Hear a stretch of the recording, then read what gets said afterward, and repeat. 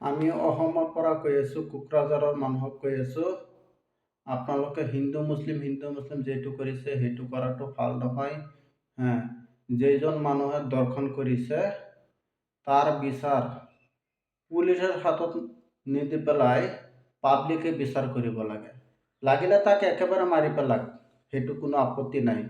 যেইজন মানুহে দৰ্শন কৰি থাকে তাৰ কোনো জাত নাই, তাৰ কোনো ধৰ্ম নাই, তাৰ ঘৰত মা ভনী নাই। যদি মা ভনী থাকিলেহেঁতেন দৰ্শনত নগ'লেহেঁতেন। আৰু এটা আছে দৰ্শন, যদি কোনো মানুহে ভাল পাই পেলাই কিবা কৰিছে সেইটোক মই ক'ব লগা নাই, সেইটো কি কৰি আছে কৰি থাকক। দৰ্শনকাৰী বিচাৰ পাব্লিকে কৰিব লাগে, পাব্লিকৰ হাতত দিব লাগে। এইটো কাৰণে আমি অসমবাসী ছাপোৰ্ট, আমিও মুছলিম,